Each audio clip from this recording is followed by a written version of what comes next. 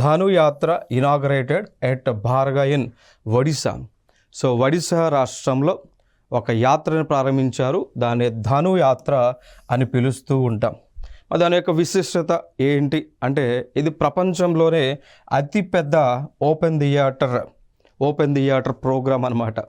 So ఇది ప్రపంచంలోనే అతిపెద్ద ఓపెన్ థియేటర్ యాత్రగా మనం చెప్పుకోవచ్చు అండి. అండ్ ఇక్కడ ఏం లేదు, సో నాటకాలు కానీ చేస్తూ ఉంటారు ఓపెన్ స్పేస్లో. సో ఇది ఈ ప్రోగ్రాం పేరే ధనుయాత్రగా మనం చెప్తూ ఉంటాం.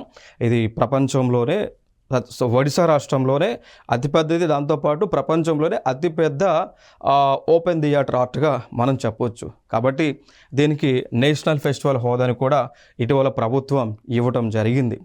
మరి అయితే ఈ యొక్క ధనుయాత్రలో ఎవరి యొక్క జీవిత చరిత్రని ఆధారం చేసుకుని యొక్క నాటకాలు అనేటువంటివి ప్రదర్శిస్తూ ఉంటారంటే శ్రీకృష్ణుడు. సో శ్రీకృష్ణుడికి సంబంధించినటువంటి జీవిత చరిత్రని ఈ యొక్క నాటకాల ద్వారా ప్రజలకు తెలియజేస్తూ ఉంటారు. అంటే ఇక్కడ ఏ నాటకం సాధారణంగా మనం చూసుకున్నట్లయితే ఉన్నటువంటి ఏ నాటకాలైనా కానీ శ్రీకృష్ణుడి యొక్క జీవిత చరిత్రగాను, లేదా రామాయణ మహాభారతాలకు సంబంధించిన ఇతిహాసాలు ఏవైతే ఉన్నాయో వాటి యొక్క ఇన్ఫర్మేషన్నే నాటకాల ద్వారా ప్రజలకు తెలియజేస్తూ ఉంటూ ఉంటారు.